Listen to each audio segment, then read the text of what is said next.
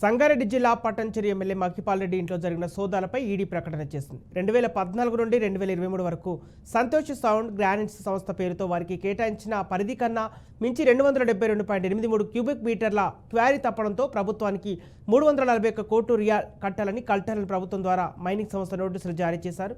ఈ నేపథ్యంలోనే కేసు నమోదు చేసి గూడెం మధుసూదన్ రెడ్డిని జైలుకు పంపించడంతో 20 రోజుల తర్వాత బెయిల్పై రావడం జరిగింది. గత 2 రోజులుగా ఈడీ ఇండ్లపై దాడి చేసి గూడెం బ్రదర్స్ మైనింగ్ పేరుతో పెద్ద ఎత్తున అక్రమాలకు పాల్పడ్డారని, ఇదే కాకుండా మనీ లాండరింగ్, హవాలా నేపథ్యంలో సోదాలు జరిగాయని, సంతోష్ శాండ్ గ్రానైట్ కంపెనీల ద్వారా అక్రమాలు 300 కోట్లలో మైనింగ్ అక్రమాలు జరిగినట్లు గుర్తించామని, ప్రభుత్వానికి 39 కోట్లు నష్టం చేకూర్చారన్నారు.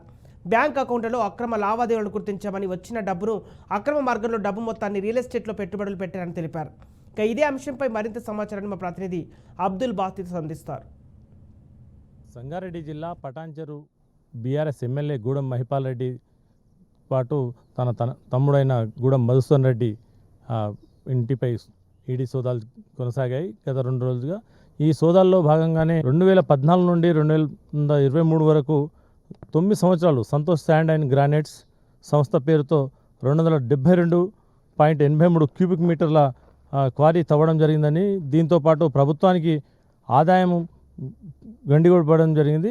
341 కోట్ల రూపాయల చెల్లించాలని మైనింగ్ వాళ్ళు నోటీసు జారీ చేశారు.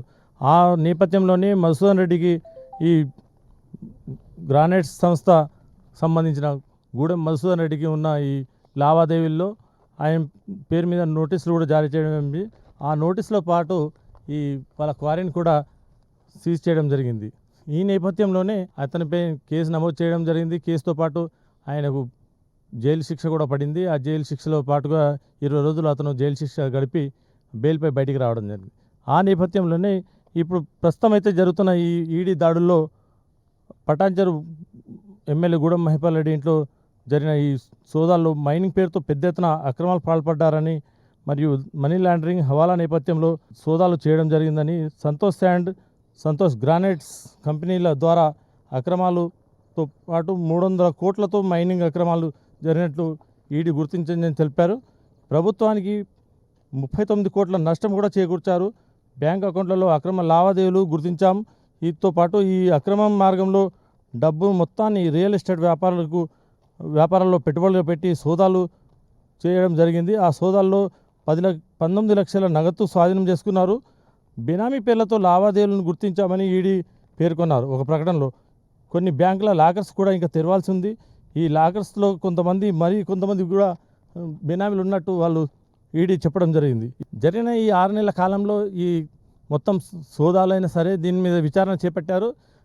గత ప్రభుత్వం కన్నా కొత్త ప్రభుత్వం, కాంగ్రెస్ ప్రభుత్వం ఏర్పడిన తర్వాత ఈ కంపెనీల మీద రైడ్స్ చేయడము, వాళ్ళ మీద నోటీసు జారీ చేయడము, దాంతోపాటు అక్రమాలకు పాల్పడుతున్న పలు కంపెనీల మీద నోటీసులు జారీ చేయడం జరిగింది.